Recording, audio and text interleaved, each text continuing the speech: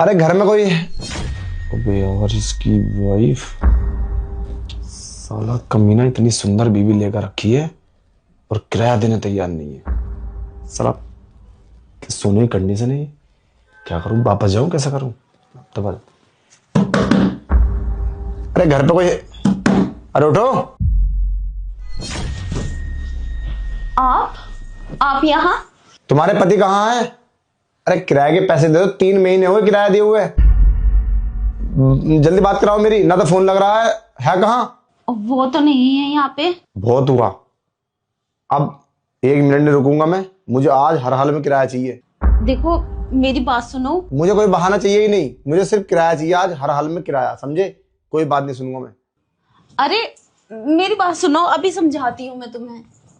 देखो आप चिल्लाइए मत, आपको पैसे मिल जाएंगे। अरे कितने दिन बर्दाश्त करूं? 3 महीने हो गए, कोई तरीका भी तो होता है।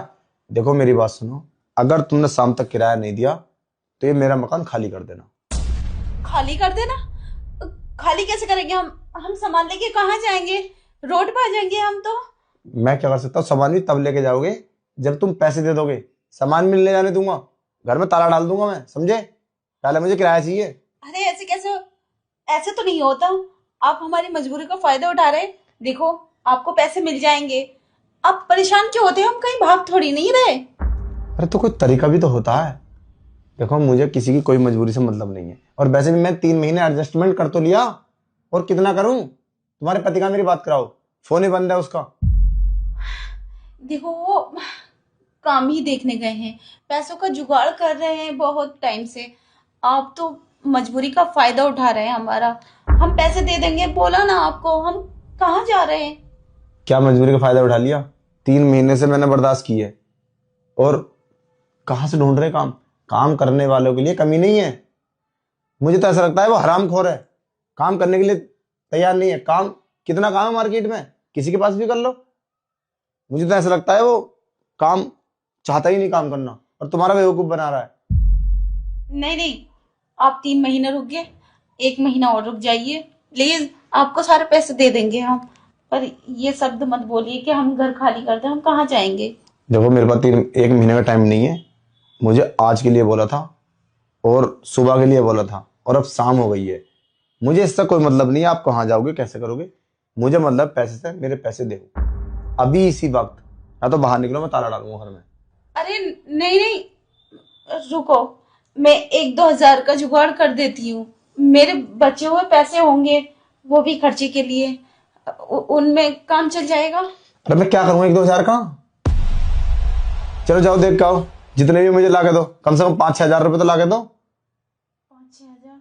हाँ देखती हूँ मेरे पास कितने पैसे हैं। ठीक है, दिमाग खराब करके डाल दिया।